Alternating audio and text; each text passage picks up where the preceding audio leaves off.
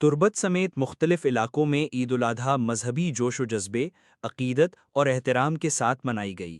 صبح سویرے شہریوں نے نئے کپڑے پہن کر عیدگاہوں، مساجد اور امام باغوں کا رخ کیا، جہاں نماز عید کے بڑے بڑے اجتماعات منعقد ہوئے۔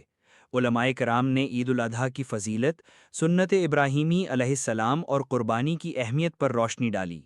نماز عید کی ادائیگی کے بعد ملک کے پاکستان کی سلامتی، امن، ترقی، خوشحالی کے لیے خصوصی دعائیں کی گئیں۔ اس موقع پر عوام نے فلسطین اور دیگر مسلم ممالک کے مظلوم مسلمانوں کے لیے بھی دعا کی۔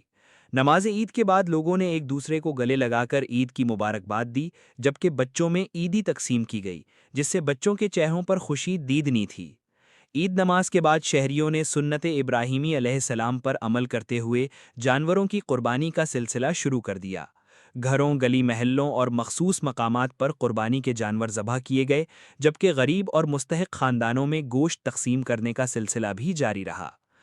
تازہ ترین خبروں اور تبصروں کے لیے voice of Makran YouTube channel, Facebook page, WhatsApp channel, TikTok اور انسٹاگرام کو فالو اور سبسکرائب کیجیے۔